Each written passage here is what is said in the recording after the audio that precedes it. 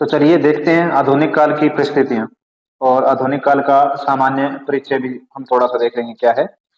सबसे पहले ये सारी चीजें देखने से पहले हम ये देखते हैं कि आधुनिक काल में ऐसा क्या था जो पहले नहीं था, या ये देख या कहें कि आधुनिक काल से पहले जो काल रहे भारतीय हिंदी साहित्य में या हिंदी साहित्य में, जो आधुनिक काल आया उससे पहले के जो काल रहे वो कौन कौन से थे और उनकी विशेषताएं भूमिका के तौर पे देखें। तो आपको पता है कि सबसे पहले जो आदिकाल था हमारा, और आदिकाल की अगर हम विशेषता की या बात करें तो इसमें अगर किसी चीज की प्रधानता थी वे तो इसमें थी युद्ध की प्रधानता, आप मान सकते हैं। तो इसमें युद्ध जो है अत्यधिक मात्रा में युद्ध होते थे इसमें। अगर हम बात करें भक्ति काल की, तो भक्ति काल में प्रमुख जो है वो क्या था? धर्म, ईश्वर, भक्ति, ये सारी चीजें हैं, इनको प्रमुखता मिली भक्ति काल में। अब इसके बाद में रीतिकाल आया, और रीतिकाल में सामंत आप जिसे कह सकते हैं वो थे सारे सामंत थे, उन्हें दुनियादारी से कोई मतलब नहीं था और वो अपने जो राजकाज में खुश रहते थे ज्यादा। और दरबार जो है, यहाँ दरबार में प्रमुखता थी और दरबार में जो चीजें होती थी वो सारी चीजें रीतिकाल की प्रमुख केंद्रीय मान लीजिए चीजें थी, चाहे वो नृत्य हो, चाहे वो साहित्य के अंदर श्रृंगारिक प्रवृत्तियां हो, ये सारी चीजें थी।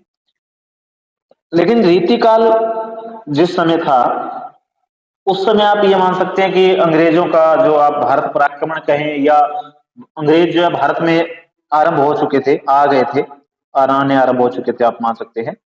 जो यूरोपीय शक्तियां भारत में अपने पैर पसार रही थी। और जो रीतिकाल के बाद जो है, जब अंग्रेज आए और लोगों को कुछ समझ आया क्या चल रहा है, तो लोगों में जो है राष्ट्र के प्रति, समाज के प्रति थोड़ी सी भावना जो है वो अच्छी भावना जिसे कह सकते हैं, समाज के गौरव की भावना, राष्ट्र के गौरव की भावना, वो उत्पन्न होने लगी। और ये जो समाज की भावना है, मान लीजिए आप जो है समाज के प्रति गौरव की भावना है, या जिसे आप ये कह सकते हैं कि जो राष्ट्रीयता है, राष्ट्रीय भावना है, इन सभी की जागृति हुई। तो राष्ट्रीय भावना कह सकते हैं, राष्ट्रीयता कह सकते हैं, देश प्रेम कह सकते हैं, ये सारी जो भावनाएं हैं लोगों के हृदय में जो है जागृत हुई। और इन्हीं सारी भावनाओं के साथ साथ है जो आधुनिक काल आया, या इन्हीं सारी भावनाएं जिस काल में जागृत हुई उन्हीं को हम कहते हैं आधुनिक काल। आधुनिक काल में जो मध्य काल के आप कह रहे रीति रिवाज कह सकते हैं, या जो एक मान्यताएं थी, आडंबर थे, वो सारे टूटे। और यहाँ पर क्या है, तर्क और वितर्क जो है, ये इन चीजों की प्रमुखता हुई। सारी चीजों में जो तर्क है वो यहाँ स्थापित हुए। जैसे एक दो बार पहले हमने बातें की तो उस समय हमने देखा था कि उस समय जैसे पहले माना जाता था कुछ चीजों के बारे में, यानी कि स्त्री को पढ़ने नहीं दिया जाएगा, और जो समुद्र को पार नहीं कर सकते भारतीय, तो ये सारी चीजें थी। जैसे आधुनिक काल आया तो इनके ऊपर तर्क के माध्यम से सवाल खड़े किए गए कि ये क्या है। तो इस प्रकार हम देख सकते हैं कि आदिकाल में क्या था, भक्ति काल में क्या था, रीति काल में क्या था, और आधुनिक काल विशेष क्यों है। और आधुनिक काल को एक दूसरे नाम से भी पुकारा जाता है, और आधुनिक काल को दूसरा नाम जिसे कहते हैं उसको कहते हैं पुनर्जागरण काल। पुनर्जागरण का मतलब है दोबारा जागना, पुनः जागरण, पुनर्जागरण जिसे मान लीजिए, तो पुनर्जागरण काल भी कहा जाता है। अब ये अलग अलग इतिहास में, इतिहास में भी अगर आपने से कोई पढ़ता है, इतिहास का विद्यार्थी है तो उसको पता होगा कि इतिहास में भी ये जो शब्द है ये आते हैं, पुनर्जागरण है, ऐसा शब्द का प्रयोग किया जाता है। तो ये दरअसल क्या है कि हर एक संस्कृति सभ्यता जब आधुनिक काल में आई, आधुनिक काल वैसे तो एक अवस्था का नाम है, क्योंकि आधुनिक काल हर समाज में अलग अलग समय पर आई। अगर वो कोई काल विशेष वैसे होता, अवस्था ना होती, तो वो सारे दुनिया में एक समय पर आती। परंतु जब जागो तभी सवेरा जैसी बात है, तो जब लोगों में जागृति आई तो तभी वहां पर आधुनिक काल आया। तो ये अवस्था है कि जब लोग जागृत हो जाते हैं अपने प्रति और समाज के प्रति, उस अवस्था का नाम आप मान सकते हैं। पुनर्जागरण का अर्थ है पुनः जागरण, यानी कि दोबारा जागना। इसमें कुछ लोग मानते हैं, जैसे हिंदी में दो तीन जो आप शब्दों का प्रयोग किया जाता है, कुछ बोलते हैं पुनर्जागरण, कुछ बोलते हैं नव जागरण, और कुछ बोलते हैं जागरण काल, जागरण में बोलते हैं। पुनर्जागरण का तात्पर्य है कि पहले हम जागे हुए थे, बीच में हम सो गए कभी, और अब हम दोबारा जागे हैं, पुनर्जागरण, दोबारा जागे। नव जागरण का मतलब है पहले भी जागे हुए थे हम, और अब भी जागे हुए हैं, लेकिन अब जागने का जो तरीका है हमारा, यानी अब जागृति जो चेतना का तरीका है वो क्या है, वो उससे अलग है, नए प्रकार से जागे हम, नव जागरण। तो इस प्रकार ये अलग अलग जो शब्द है इनका अर्थ जो है लिया जाता है, पर ये हम ज्यादा लंबी यहाँ पे चर्चा नहीं करेंगे, हमारा जो मुख्य विषय है उसकी तरफ आज जो हम चलते हैं। तो आधुनिक काल में कुछ चीजें ऐसी आई जो हमें पहले के काल में नहीं देखने को मिलती। जैसे अगर मध्यकाल की बात करें, मध्यकाल से यहाँ तात्पर्य आप चाहे तो हिंदी से ले सकते हैं या फिर आप चाहे इतिहास से ले। तो मध्यकाल की जब बात करते हैं हम, तो मध्यकाल में जो है अवरोध, यानी एक आप इसे जड़ता कह सकते हैं, यानी आगे ना बढ़ना और अपनी रूढ़ियों रीति रिवाजों में बंध के रहना सारी चीजों में, उसको बोलते हैं अवरोध या जड़ता भी बोल सकते हैं। तो रूढ़िवादिता, ये जो चीजें हैं ये आप कह सकते हैं मध्यकाल की विशेषताएं रही। और आधुनिक काल आया तो क्या हुआ, इन मध्यकाल की जड़ता रूढ़िवादिता से आगे निकलने का समय था ये। और आधुनिक काल में ऐसा साहित्य लिखा गया जिसमें पहली बार साहित्य जो है वो मनुष्य से जुड़ा।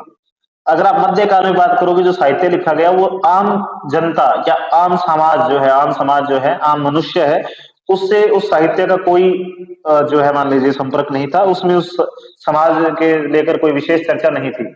लेकिन जैसे ही आधुनिक काल आया तो साहित्य में मनुष्य को पहली बार स्थान मिला, मनुष्य की जो दुख है सुख है उन सब का आधुनिक काल में आकर चर्चा हुई। और आधुनिक काल में क्या हुआ, आधुनिक काल में अगर हम बात करें साहित्य में क्या क्या लिखा गया, तो आधुनिक काल में ये सारी चीजें जो है मान लीजिए इन चीजों को नया रूप मिला। जैसे धर्म है, दर्शन है और साहित्य है, ये सारी चीजें जो है आधुनिक काल में आके अपने नए रूप में स्थापित हुई। क्योंकि आधुनिक काल से पहले चाहे धर्म हो, दर्शन हो, साहित्य हो या और भी जो कलाएं हो या और हो, उनका जो ढांचा था वो मध्यकाल के अनुरूप था। साहित्य में भी आपको रूढ़िवादिता है या जो दरबार की संस्कृति है उस प्रकार का चित्रण मिलता था। आधुनिक काल में आकर ये कुछ कम हुआ। इसके अलावा आधुनिक काल को जो सबसे आप महत्वपूर्ण चीज मान सकते हैं, जिसने आधुनिक काल को आप कह सकते हैं विकास की गति प्रदान की, वो आप मान सकते हैं पत्र पत्रिकाएं आप मान सकते हैं। और आप जैसे प्रिंटिंग प्रेस जैसे बोल सकते हैं, मुद्रण की सुविधा बोल सकते हैं। तो आप कह सकते हैं जो पत्र प्रकाशित हुए, और पत्र हुए क्यों हुए, क्योंकि इस समय जो मुद्रण की आप मान सकते हैं वो सारी सुविधाएं हमारे पास थी। तो ये पत्र पत्रिकाओं ने आधुनिक काल में महत्वपूर्ण योगदान दिया। क्योंकि आप अगर जागृत हो भी गए हैं, लेकिन आपके पास ऐसा कोई संसाधन नहीं है जिसके द्वारा आप अपनी बात जो है सामान्य जन तक पहुंचा सके, तो आप अकेले जागृत हो सकते हैं, समाज को जागृत करना मुश्किल है थोड़ा सा उसमें। परंतु अगर आपके पास ऐसे कोई संसाधन है जिससे आप जो है अपनी बात को पूरे समाज में पहुंचा सकते हैं, तो पूरा समाज जो है आपके पीछे चल सकता है और जागृति की तरफ बढ़ सकता है। तो इसीलिए क्या है, इन्होंने अच्छा योगदान दिया। और आधुनिक काल में आकर अनेक विधाएं हैं जो आरंभ हुआ उनका, जैसे आरंभ हुआ या जन्म हुआ आप कह सकते हैं। जैसे मान लीजिए निबंध है, नाटक है, कहानी है, उपन्यास, आलोचना, और भी नाम ले सकते हैं जैसे यात्रा वृतांत है, और इसके अलावा जैसे संस्मरण है, रेखा चित्र है, अनेक सारे मान लीजिए जो है मान लीजिए उनका इन्होंने प्रयोग किया, विधाओं का आरंभ हुआ, प्रयोग क्या किया। तो इसके बाद में ये सारी चीज चलती रही। और अब देखते हैं परिस्थितियां, परिस्थितियां क्या थी। अभी हमने एक सामान्य परिचय देखा कि आधुनिक काल का सामान्य परिचय क्या था। अब हम देखते हैं आधुनिक काल की परिस्थितियां और किस किस प्रकार से कौन कौन सी परिस्थितियां रही आधुनिक काल में। तो सबसे पहले हम देखने का प्रयास करते हैं राजनीतिक परिस्थितियां क्या थी, राजनीतिक रूप से उस समय क्या परिस्थितियां बनी हुई थी जब आधुनिक काल का जन्म हुआ या आधुनिक काल जब आया। तो उसकी आधुनिक काल की जो राजनीतिक परिस्थितियां हैं वो क्या क्या रही, राजनीतिक परिस्थितियां। अब देखिए क्या रहा कि उस समय आपको पता है कि अंग्रेज जो है, आधुनिक काल का समय की बात करें तो आधुनिक काल का समय माना जाता है 1900 संवत। कौन सा संवत है ये है विक्रमी संवत। 1900 संवत माना जाता है। अगर हम इसको ईस्वी सन में देखें तो आप मानिए 1843 माना जाता है। और 1857 में आपको पता है कि हमारा जो प्रथम स्वतंत्रता संग्राम या नाम से जिसे हम जानते हैं, या सिपाही विद्रोह के नाम से भी जानते हैं कुछ लोग, तो वो हमारा प्रथम स्वतंत्रता संग्राम 1857 में हुआ था। अब 1843 में आरंभ मानते हैं। अब जो स्वतंत्रता संग्राम हुआ वो ये तो है नहीं कि एक दिन में उन्होंने पहले दिन उठे और उन्होंने कोई इच्छा हुई भी चलिए आज तो लड़ाई करने की इच्छा है और सब इकट्ठे चलते हैं और चलो लड़ाई करते हैं, ऐसा कुछ तो हुआ नहीं होगा। ये इतना बड़ा विद्रोह हुआ तो इसके पीछे ऐसा मान के चलिए कि पीछे अनेक परिस्थितियां हैं, वो ऐसी बन चुकी थी कि उन परिस्थितियों ने इस आंदोलन के लिए पृष्ठभूमि तैयार की। तो इस समय हम कह सकते हैं कि जो 1843 19 संवत है उस समय अंग्रेजों के विरुद्ध जो है वो असंतोष की स्थिति थी। तो आप कह सकते हैं अंग्रेजों या अंग्रेजी तो मैंने लिख दिया, अंग्रेजों मान लीजिए लिखना है यहाँ पर। तो जो अंग्रेज है या अंग्रेजों आप कहें, तो अंग्रेजों के विरुद्ध क्या था, असंतोष की स्थिति बनी हुई थी। अंग्रेजों में किसी को संतोष नहीं था, क्योंकि जैसे हर एक उस समय तो ऐसा भी था कि चाहे वो प्राकृतिक आपदा हो, यानी अंग्रेजों का उसमें कोई हाथ भी ना हो, लेकिन फिर भी एक जो मानसिकता ऐसे बन चुकी थी कि इसमें अंग्रेजों का हाथ है, अंग्रेजों ने किया है। तो ये इनका मानना मान लीजिए हो चुका था, अंग्रेजों ने किया है ऐसा कुछ। तो कुछ अंग्रेज कर भी रहे थे ऐसे कार्य, जैसे भारतीय जनता मान लीजिए असंतोष था उनमें, तो अंग्रेजों के प्रति असंतोष बढ़ रहा था। ऊपर से जो है उनकी भू राजस्व की नीतियां थी, जैसे आपने अगर इतिहास में थोड़ा बहुत पढ़ा है। आवाज कुछ कह रहे हैं साफ नहीं आ रही, तो आवाज शायद इसीलिए साफ नहीं आ रही क्योंकि अभी जो मौसम है वो, तो इसमें क्या है जैसे आपको पता हो अंग्रेज जो है मान लीजिए उनकी जो नीतियां थी भू राजस्व किसानों को लेकर भू राजस्व की, तो उन्होंने जैसे स्थायी बंदोबस्त हो, चाहे वो महलवारी बंदोबस्त हो या रेतवारी हो, ये तीन जो उन्होंने व्यवस्थाएं लागू की थी, ये तीनों ही अत्यंत दमनकारी थी। इनमें एक जमींदार था और वो क्या है शोषण करता था। रेतवारी में अगर किसानों को सीधी जमीन दी गई तो वहां पर क्या है लगान इतना ज्यादा था, चाहे फसल हो ना हो, तो ये सारी चीजें अंग्रेजों के विरुद्ध हो चुकी थी। इसके बाद अगर हम देखें तो जैसे हमारे जो लॉर्ड डलहौजी है, लॉर्ड डलहौजी लेके आए थे जैसे लैप्स की नीति, या जैसे विलय की नीति बोल सकते हैं। तो लैप्स की नीति में भी कितना वो था कि आप सोच के देखिए कि आप एक मान लीजिए आपका जो छोटा हो, एक आप जो है मान लीजिए प्रांत के राजा है और आपका प्रांत है और आपको सुबह उठते ही ये कह दिया जाए कि आज से प्रांत आपका नहीं है ये, तो मान लीजिए इस प्रकार की नीतियों से कौन सहमत होगा। और अगर जनता है वहां की वो भी राजा के प्रति अगर वफादार है मान लीजिए या उसके प्रति उनका व्यवहार अच्छा है, तो और भी ज्यादा आपके उनको विरोध का सामना करना पड़ेगा। इसके अलावा जो लॉर्ड वेलेजली है वो लेके आए सहायक संधि, और वो भी बड़ी क्रूर थी क्योंकि उन्होंने राजाओं का सारा कुछ छीन लिया। तो ये क्या है, ये सारी चीजें मिलकर अंग्रेजों के विरुद्ध क्या है एक ऐसा माहौल बन गया अंग्रेजों के विरुद्ध जो कभी भी क्रांति हो सकती थी। और 1857 में हमें ये सारा कुछ देखने को मिला ही। और 1857 में इन सब में क्या है जो काफी जो राजा हुए उस समय उन्होंने इसका सहयोग दिया। इसके बाद में ये ऐसे ही चलती रही सारी चीजें, और इसके बाद में जो भारतीय राजनीति में महात्मा गांधी का प्रवेश हुआ। तो गांधी जी आए उस समय, और गांधी जी जैसे प्रवेश हुआ तो उन्होंने कुछ क्रांतिकारी कदम उठाए। जैसे आप मान सकते हैं चंपारण में उन्होंने जो काम किया, तो चंपारण आंदोलन है, जैसे चंपारण आंदोलन हुआ। इसके बाद में जैसे अगर आपको पता हो तो जैसे असहयोग आंदोलन है, और सविनय अवज्ञा आंदोलन है, जैसे या सविनय आंदोलन बोल सकते हैं जिसे मान लीजिए सविनय अवज्ञा आंदोलन, तो सविनय अवज्ञा आंदोलन है। और भारत छोड़ो आंदोलन। अब ये आंदोलन ने और कुछ किया हो ना किया हो, इन आंदोलनों ने क्या किया, इन्होंने एक जो भारत की जनता है उसके मन में राष्ट्र प्रेम है, वो आप कहते हैं जैसे कूट कूट कर भरना, तो इन्होंने राष्ट्र प्रेम है वो भारतीय जनता में पूर्ण रूप से भर दिया इन सभी चीजों ने मिलकर। इधर से सुभाष चंद्र बोस है, शहीद भगत सिंह है, यानी भगत सिंह है मान लीजिए, ये सारे जो है अंग्रेजों के विरुद्ध जो है तत्परता से लगे हुए थे भारत को आजादी दिलाने में। और अंग्रेज जो है वो क्या कर रहे थे, फूट डालो राज करो की नीति है उसका वो कर रहे थे। और ये सारी चीजों ने मिलकर साहित्य को भी प्रभावित किया। और साहित्य में अगर आप देखोगे तो ये सारी चीजें आपको देखने को मिलेगी। जैसे प्रेमचंद हो तो वो इन सारे आंदोलनों से प्रभावित थे, महात्मा गांधी से प्रभावित थे। और जैसे आप देखोगे तो जो सुभाष चंद्र बोस हो या और कोई भी है, उनसे हिंदी के साहित्यकार प्रभावित थे, और उन्होंने जो है इनके बारे में लिखा। और राजनीतिक परिस्थितियां इस प्रकार की बन चुकी थी, जिस राजनीतिक परिस्थितियों ने क्या किया कि भारतीय जनता और साहित्यकारों में एक ऐसा जो है माहौल बनाया ऐसी पृष्ठभूमि तैयार की जिससे वो देश के प्रति जागरूक हो पाए।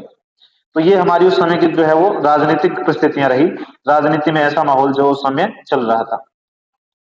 अब राजनीति के बाद अगर हम बात करें सामाजिक और धार्मिक परिस्थितियों की, तो हम देखते हैं सामाजिक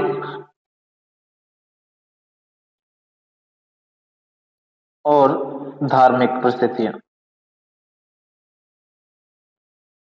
सामाजिक और धार्मिक परिस्थितियां, अब इसमें हमें दो प्रमुख पहलुओं के ऊपर देखना है कि उस समय समाज कैसा था और अर्थव्यवस्था, धार्मिक सॉरी धर्म में क्या चल रहा था। ये दो चीजें हमें देखना है प्रमुख रूप से। तो अब हम सोच सकते हैं कि समाज इतना अच्छा नहीं था और धर्म पर भी क्या रहा, और प्रमुख रूप से ये देखें चाहे समाज कैसा भी हो, धर्म कैसा भी हो, भारतीय समाज काफी लंबे समय से एक अपने ढांचे में ढला हुआ है।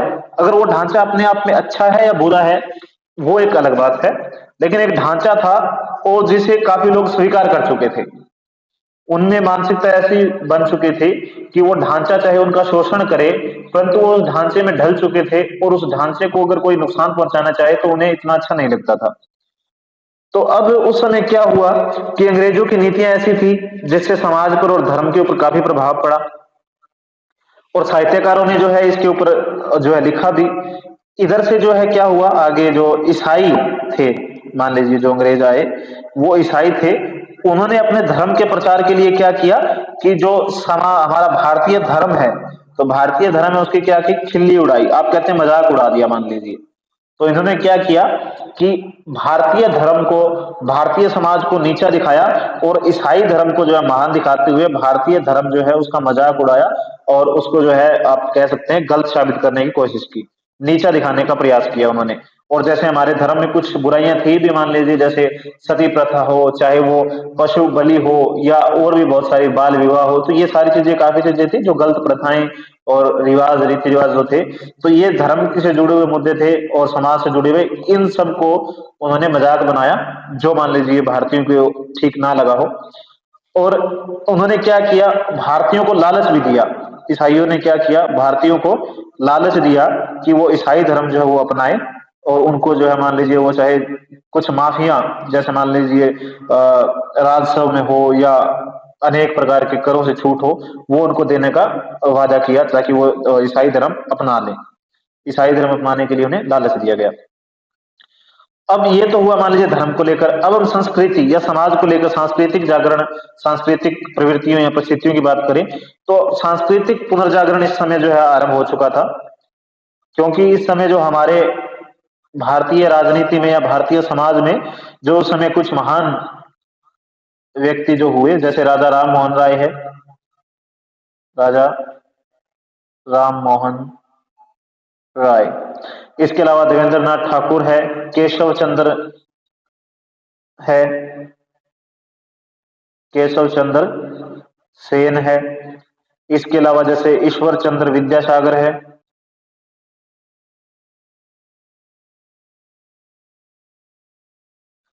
अनेक नाम है, आप चाहे तो और भी लिख सकते हैं। ईश्वर चंद्र विद्यासागर, ये विधा नहीं है विद्या है, दयादा ये पूरा।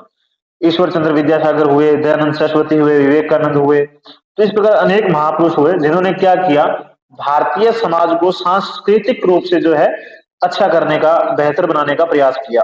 तो इन्होंने अनेक जो है अपने जो है मान लीजिए आंदोलन चलाए और अपने जो समाज बनाए, जैसे दयानंद सरस्वती है तो आर्य समाज की स्थापना की। तो इसी प्रकार इन्होंने अलग अलग रूप से जो है सांस्कृतिक और सामाजिक रूप से क्या किया, भारतीयों को जगाने का, जागृत करने का प्रयास किया।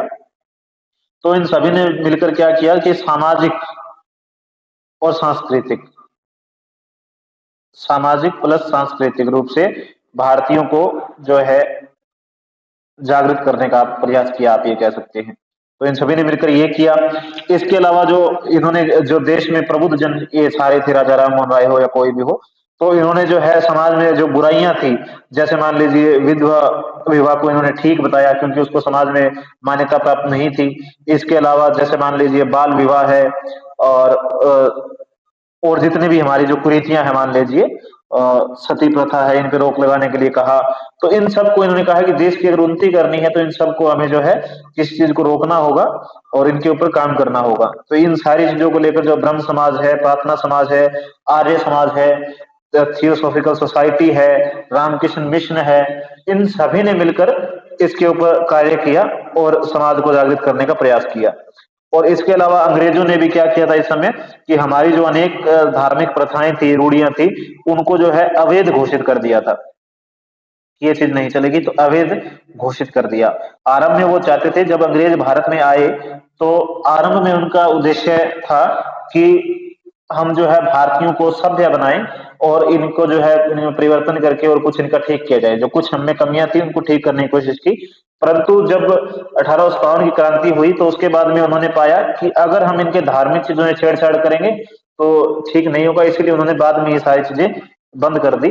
परंतु इन्होंने आरंभिक रूप से जो ये सारे किए, तो ये उस समय थे सामाजिक और सांस्कृतिक रूप से जो उस समय चल रहा था ये हुआ। और इन सभी चीजों ने मिलकर क्या किया, हमारा जो साहित्य है उसको प्रभावित किया, क्योंकि साहित्य में जो इतनी सारी चीजें चल रही थी, ये सारी चीजें जो मैंने अभी बताई आपको, ये सारी चीजें समाज में पहुंचाने के लिए इन्होंने भी काफी प्रयास किया। लेकिन दूसरा जो माध्यम था जिसने इसको समाज में जो है लोकप्रिय बनाया और समाज इन चीजों को धीरे धीरे स्वीकार करने के कार्य पर पहुंचा, तो उसमें जो है हिंदी साहित्य जो है उसने अनेक योगदान दिए। और ये जो मैं बता रहा हूँ ये सारी क्या है, ये पृष्ठभूमि है। मान लीजिए कि आधुनिक काल आया, उस समय क्या चल रहा था। तो अगर आप भारतेंदु का अगर हमने कहानी, नाटक, उपन्यास कुछ भी आप पढ़ोगे तो उनकी विशेषता देखोगे, उनमें यही मिलेगा आपको कि उन्होंने जो है मान लीजिए समाज के ऊपर लिखा, राष्ट्र चेतना पे लिखा, लेकिन मनोरंजन तत्व भी मिलेगा। उसका कारण यही है कि मनोरंजन अगर साथ में है तो लोग जो उसकी तरफ जल्दी आकर्षित हो जाते हैं और जल्दी आसानी से उसको देख पाते हैं। तो ये जो है हमारी आज जो हमने इस में चर्चा की, आर्थिक परिस्थिति या आर्थिक परिस्थितियां क्या रही, आर्थिक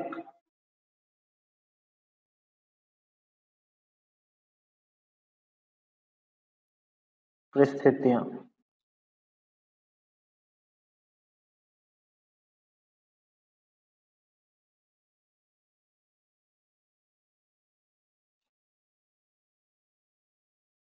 आर्थिक परिस्थितियां क्या क्या रही। अब जैसे अगर आर्थिक परिस्थितियों को आपको अच्छे प्रकार से समझना हो, तो अगर आप थोड़ा बहुत भी इकोनॉमिक्स जैसे बोलते हैं हम, उसकी अगर आपको पता है, अर्थव्यवस्था, अर्थशास्त्र के बारे में थोड़ा बहुत जानते हैं तो अच्छे प्रकार से समझ पाएंगे। पर फिर भी हम समझने की कोशिश करते हैं आर्थिक नीतियों ने कैसे प्रभावित किया और आर्थिक नीतियां क्या थी। तो जैसे उस समय क्या था कि छोटे छोटे मान लीजिए जैसे गांव थे और गांव में जमीन थी, और जमीन में जैसे मान लीजिए कुछ लोग जो भी मान लीजिए उनकी इच्छा हो वो बोते थे, और जमीन में जो भी बोते थे उनसे अपना काम चलता था। और लगान सरकार लेती थी, जो शोषण का एक मान लीजिए पक्ष था, शोषणकारी सरकार थी अंग्रेजों की सरकार। इसके बाद में क्या हुआ, अंग्रेजों ने जैसे औद्योगिक क्रांति हुई इंग्लैंड में, और औद्योगिक क्रांति हुई तो वहां के जो लोग थे वो औद्योगिक क्रांति में उन्होंने जैसे मान लीजिए आप कह सकते हैं बढ़ चढ़कर भाग लिया, और इंग्लैंड में औद्योगिक क्रांति काफी प्रगति से आगे बढ़ी। अब औद्योगिक क्रांति के लिए उन्हें क्या चाहिए, तो उन्हें चाहिए कच्चा माल। सबसे पहले कच्चा माल चाहिए कुछ भी चीज बनाने के लिए। अब कच्चा माल उन्हें कहां से मिलेगा, सबसे पहले तो ये उनके सामने थी। और कच्चा माल चाहिए वो भी उनको उचित रेट जिसे बोल सकते हैं हम उसमें चाहिए। ये कच्चा माल है वो ऐसी जगह चाहिए जहां से कच्चा माल उनको आसानी से उपलब्ध हो। अब मान लीजिए कच्चा माल उनको उपलब्ध हो भी गया, तो अब उन्हें कच्चे माल से जो क्या हो गया, आवाज कट रही है। तो ये या तो फिर, तो जैसे मान लीजिए कच्चा माल के बाद उन्हें जो कच्चे माल से जो उनका माल तैयार होता था, जो मान लीजिए आप कह सकते हो जो माल उनका तैयार हुआ, उस माल को बेचने के लिए उन्हें क्या चाहिए, बाजार चाहिए। तो उन्हें दो चीजें चाहिए थी सबसे प्रमुख। सबसे पहले उन्हें कच्चा माल चाहिए, औद्योगिक क्रांति जो उनको विकसित करने के लिए मान लीजिए कि औद्योगिक क्रांति बढ़िया हो पाए, कच्चा माल चाहिए, और कच्चा माल वो बेच सके उन्हें ऐसा बाजार चाहिए। अब उन्होंने किया क्या कि सबसे पहले तो यहाँ के जो जमीन है उसमें उन्होंने जो आप कह सकते हैं जैसे मान लीजिए व्यापारिक फसलें जिसे बोलते हैं, यानी जो कच्चे माल के तौर पे फसलें चाहिए, जैसे मान लीजिए आप कह सकते हैं जैसे आप कॉटन जिसे बोलते हैं, मान लीजिए कपास है जैसे, तो इस प्रकार की जो कच्चे माल के तौर पे जो फसलें बोई जाए, वो फसलें यहाँ पर उन्होंने मान लीजिए बोने के लिए किसानों से आग्रह किया और उनको जोर जबरदस्ती भी की, मान लीजिए कि वो फसलें बोएंगे। अब ऐसी फसलें बोई, उन फसलों को कम रेट पर उन्होंने खरीदा और जो है वो वहां भेज दिया, इंग्लैंड में भेज दिया, कम रेट पे खरीद के इंग्लैंड भेज दिया गया कच्चे माल के तौर पर। और इंग्लैंड से फिर वही वस्तुएं तैयार हुई वहां से कच्चे माल से, और वही वस्तुएं फिर घूम के जब भारतीय बाजार में पहुंची।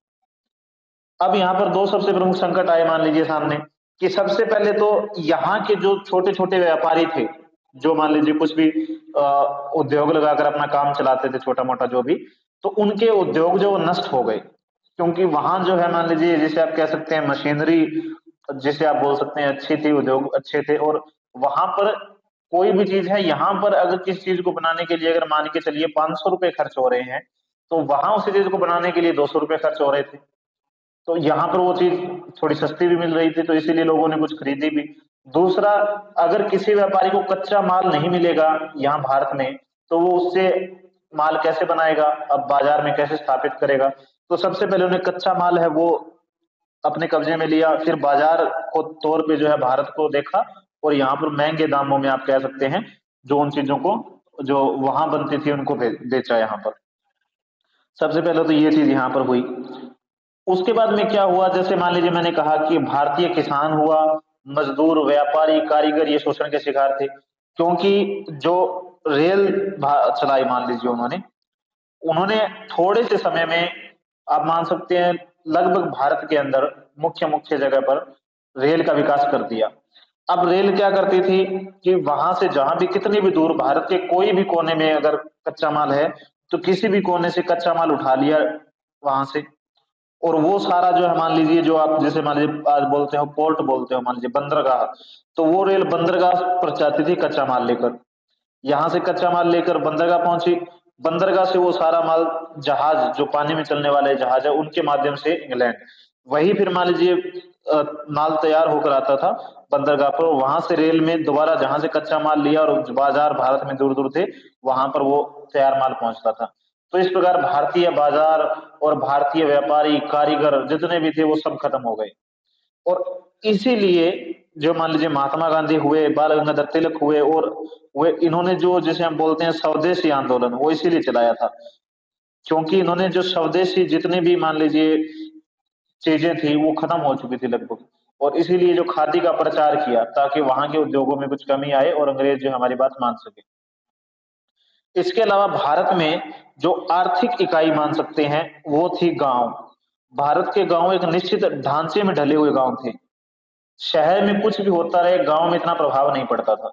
एक व्यक्ति हुए जिनका नाम है चार्ल्स मेटकॉफ। तो एक व्यक्ति ने क्या लिखा है देखते हैं हम। चार्ल्स, सर चार्ल्स मेटकॉफ नाम के एक व्यक्ति हुए, विद्वान हुए। इन्होंने लिखा गांव छोटे छोटे गणतंत्र थे। इनकी ये लाइनें हैं कि गांव छोटे छोटे गणतंत्र थे, उनकी अपनी आवश्यकताएं गांव में पूरी हो जाती थी। यानी गांव को बाहर से कोई ज्यादा ताल्लुक था नहीं, उनकी जितनी भी आवश्यकताएं थी गांव की वो गांव के अंदर ही पूरी हो जाती थी, बाहरी दुनिया से उसका कोई संबंध नहीं था। एक के बाद एक दूसरा राजवंश आया, एक के बाद एक दूसरा उल्टफेर हुआ, हिंदू, पठान, मुगल, सिख, मराठों के राज्य बने और बिगड़े, पर गांव वैसे के वैसे ही बने रहे। तात्पर्य यह है कि गांव ऐसी व्यवस्था बन चुकी थी उस समय कि चाहे कोई भी लड़ाई हो रही है, कोई भी राजा है, कोई तात्पर्य कोई मतलब नहीं था किसी को। गांव एक ऐसी इकाई बन चुकी थी जिसका जो ढांचा है, जिसकी जो स्थिति है वो निश्चित थी, और उनमें ज्यादा परिवर्तन नहीं आता था। परंतु जब अंग्रेज आए तो पहली बार ऐसा हुआ कि जो गांव है वो भी प्रभावित हुए अंग्रेजों से, गांव जो है वो भी प्रभावित हुए, और गांव में मान लीजिए जो किसान है, मजदूर है, वो भी बेरोजगार हो गए मान लीजिए। अगर आप इतिहास की किताब पढ़ोगे तो उसमें देखोगे कि जो बंगाल और ये कुछ ऐसे मान लीजिए जो प्रांत थे उस समय, जहां पर जो आप कह सकते हैं चित्रकार है, मूर्तिकार है, या ये जो इस प्रकार के कलाकार जैसे बोल सकते हैं, तो इनकी इतनी ज्यादा मान लीजिए आप जो है डिमांड थी, मांग थी इनकी, यानी इनका इतना ज्यादा मान लीजिए काम था, और इतना अच्छा ये पैसा भी कमाते थे और अच्छा इनका काम चलता था। परंतु अंग्रेजों के आने के बाद इन सब ने मजदूरी भी मिलना इनको मुश्किल हो गया था, आप ऐसा मान सकते हैं। तो इस प्रकार ऐसी स्थितियां बनी। महाजन थे, यानी जो किसान थे वो महाजन के चंगुल में फंसे हुए थे, क्योंकि जो किसान थे उनको कर भी चुकाना था, यानी कर से तात्पर्य यहाँ पर जो अंग्रेज लेते थे उनसे, वो भी देना था उनको, और इसके अलावा उनको पैसे चाहिए जमीन पे फसल बोने के लिए। तो किसान मर जाता था महाजन के पास, जिसकी जो मान लीजिए ब्याज जिसे बोलते हैं आप, वो काफी ज्यादा होता था, और एक किसान जो है सारी उम्र उसका ब्याज भी नहीं दे पाता था। तो अगर आप एनसीईआरटी +2 में एक इतिहास की किताब में एक है चैप्टर, उसके अंदर क्लियरली ये बात मेंशन की हुई है कि किस प्रकार ये सारा सिस्टम चलता था। और एक बार वहां पर इतने दंगे हुए और वहां चोरियां हुई, उन चोरियों और दंगों के अंदर जो महाजन है उनकी जो उनके बही खाते मान लीजिए जो है उनका हिसाब किताब जो है उनको फाड़ा गया, उनको जलाया गया, और किसी को कोई नुकसान नहीं किया गया, उनके बही खाते और वो जलाए गए। तो इनसे ये पता चलता है कि उस समय उन सारी चीजों से लोग कितने परेशान थे। तो ये सारी चल रही थी यहाँ पर, आप कह सकते हैं जो हमारी आर्थिक स्थितियां इतनी ज्यादा खराब थी। और इसलिए आप जो इस समय के नाटक, उपन्यास, निबंध, उसमें अर्थव्यवस्था का काफी चर्चा देखोगे। इसके अलावा आप जो हमारे Dadabhai Naoroji, the great old man of India के नाम से भी जिसको हम जानते हैं, दादा भाई नौरोजी जो है उन्होंने एक किताब लिखी, जिस किताब का नाम था ड्रेन ऑफ वेल्थ नाम की किताब लिखी, कि हमारा जो भारतीय पैसा है वो कैसे इंग्लैंड में बहा जा रहा है ड्रेनेज सिस्टम की तरह, ऐसे उन्होंने लिखा, और उसका जो है नाम है द ड्रेन ऑफ वेल्थ। आप कह सकते हैं मान लीजिए उसको धन निकासी का सिद्धांत भी बोलते हैं, इस प्रकार उन्होंने किताब लिखी थी। ये बातें हम बता सकते हैं। इसके बाद हम देखते हैं साहित्यिक परिस्थितियां कैसी रही, साहित्य में क्या परिस्थितियां, यानी साहित्य में उस समय कैसा साहित्य लिखा जा रहा था, वो सारी चीजें हम देखने का प्रयास करते हैं यहाँ पर। अब देखिए जो इस समय का साहित्य है वो ऐसा साहित्य है जिस समय युग बदल रहा था, क्योंकि इस समय क्या क्या था, जैसे हमने देखा इस समय आर्थिक स्थितियां कैसी बन चुकी थी और अर्थव्यवस्था में कैसा था, समाज सुधार को लेकर कितने सारे आंदोलन इस समय चलाए जा रहे थे, तो समाज सुधार पर कार्य हो रहा था, धर्म सुधार के ऊपर कार्य किया जा रहा था, धर्म सुधार पे कार्य हो रहा था। इसके अलावा स्वतंत्रता जो मान लीजिए है, इसके ऊपर काफी जो है मान लीजिए बातें हो रही थी। तो ये सारी बातें चल रही थी समाज में, और इस समय का साहित्य है, उस साहित्य में ये सारे जो भी मुद्दे हैं ये सारे मुद्दे शामिल है, क्योंकि इस समय समाज में ऐसी चीजें चल रही थी और यही चीजें साहित्य में आई। और साहित्य का उद्देश्य ही मान लीजिए ऐसा माना जाता है कि समाज है उसका दर्पण है, तो समाज में जो घटित हो रहा है उसका जो वर्णन है वो साहित्य में होता है। इस काल का साहित्य है उसमें जो है रीति काल की तरह दरबारी साहित्य है, वैसा साहित्य नहीं है। उन्होंने राजाओं महाराजाओं की चर्चा नहीं की, उनकी प्रशंसा नहीं की, बल्कि जो सच है यानी समाज का यथास्थिति वर्णन जिसे मान लीजिए कहते हैं, तो समाज का यथार्थ वर्णन भी जिसे आप बोल सकते हैं। तो इन्होंने समाज का यथार्थ वर्णन जो है वो किया है। यथार्थ वर्णन इनके काव्य में, इनके काव्य में हो, नाटक में हो, निबंध में हो, यानी साहित्य में देखता है दिखता है। इसके अलावा इन्होंने जो है नारी की स्वतंत्रता, अगर इस समय साहित्य में देखे साहित्यिक परिस्थितियां कैसे थी, तो नारी स्वतंत्रता, इसके अलावा आप कह सकते हैं शिक्षा का महत्व, मानव की समानता आप कह सकते हैं, ये ऐसे ऐसे जो मान लीजिए मुद्दे थे, इन मुद्दों को साहित्य में स्थान दिया गया इस समय। और इसीलिए इस काल को जो दूसरा नाम भी दिया गया, या आप कह सकते हैं इस काल की और विशेषताओं में, तो इस काल में जो रूढ़ियां हैं, जो हमारी रूढ़ियां परंपराएं हैं जो, तो परंपरागत रूढ़ियां हैं उनका भी जो है मान लीजिए उसका खात्मा किया गया, उनको मिटाने की प्रयत्न किया गया। हालांकि वो इतना मुश्किल था काम कि आसान नहीं था, हो नहीं पाया जल्दी से, परंतु इस साहित्य में देखने को मिलता है। और इसीलिए साहित्य को जो नाम हमने कहा, मैंने क्या नाम दिया गया है, तो पुनर्जागरण काल इसलिए कहा गया। कि ये समय ऐसा था कि हमारी बुराइयां, हमारे जो भी चीजें हैं यानी, तो हमें पुनर्जागरण, दोबारा जागने की जरूरत है ताकि हम इन सारी चीजों को ठीक कर सके। तो इसलिए, और दूसरा इस काल में जो गद्य की इतनी ज्यादा प्रधानता थी कि आप देखोगे आधुनिक काल से पहले सिर्फ गद्य के अलावा, गद्य को छोड़कर पद्य में सारी चीजें लिखी जाती थी। लेकिन आधुनिक काल में आते ही नाटक, निबंध, उपन्यास, कहानी, अनेक विधाएं आरंभ हुई, और उन विधाएं किस में लिखी गई, तो वो विधाएं लिखी गई गद्य में। तो इसलिए इसको गद्य काल भी कहा जाता है, क्योंकि इसमें गद्य है उसकी प्रमुखता थी, गद्य का प्रचार इसमें काफी हुआ। अब ये तो हमने देखा कि परिस्थितियां कैसी कैसी थी। अब हम ये देख सकते हैं कि निष्कर्ष रूप में हम क्या कहें, अगर हम निष्कर्ष निकालना हो तो हम क्या कह सकते हैं कि इस समय हुआ क्या, कि इस समय जो राजनीति, सामाजिक, धार्मिक, सांस्कृतिक, साहित्यिक परिस्थितियां काफी अलग बन चुकी थी, रीतिकाल से अलग थी, आदिकाल से अलग थी, भक्ति काल से भी अलग थी। और इन्हीं अलग परिस्थितियों ने साहित्य को एक अलग मार्ग दिया। क्योंकि आप सोच के देखिए कि अगर परिस्थितियां ऐसी ना होती तो शायद साहित्य भी ऐसा ना होता, क्योंकि साहित्य में वही चीजें हमें दिखाई दी, या वही चीजें साहित्यकारों ने लिखी जो उस समय समाज की परिस्थितियां बनी हुई थी। तो आप कह सकते हैं आधुनिक काल की राजनीतिक, सामाजिक, धार्मिक, सांस्कृतिक, साहित्यिक परिस्थितियां ऐसी बन गई थी जिसने साहित्य के नया रास्ता दिखाया, या जो आप कह सकते हैं नया साहित्य जो है वो आरंभ हुआ, इसके कारण नए साहित्य का मार्ग बनाया। और आधुनिक काल का साहित्य है, उस साहित्य में जो आदिकाल उनके विषय थे, जैसे मान लीजिए श्रृंगार, आप कह सकते हैं भक्ति, या कुलीन वर्ग की प्रशंसा मान लीजिए, तो आप कह सकते हैं, मान लीजिए राजा कह सकते हैं कुलीन वर्ग की प्रशंसा है, ये सारे विषयों को इनमें खारिज किया गया। और इनसे हटकर जो आम आदमी है, जो साधारण मनुष्य है, तो आप कह सकते हैं साधारण मनुष्य को प्रमुखता दी गई।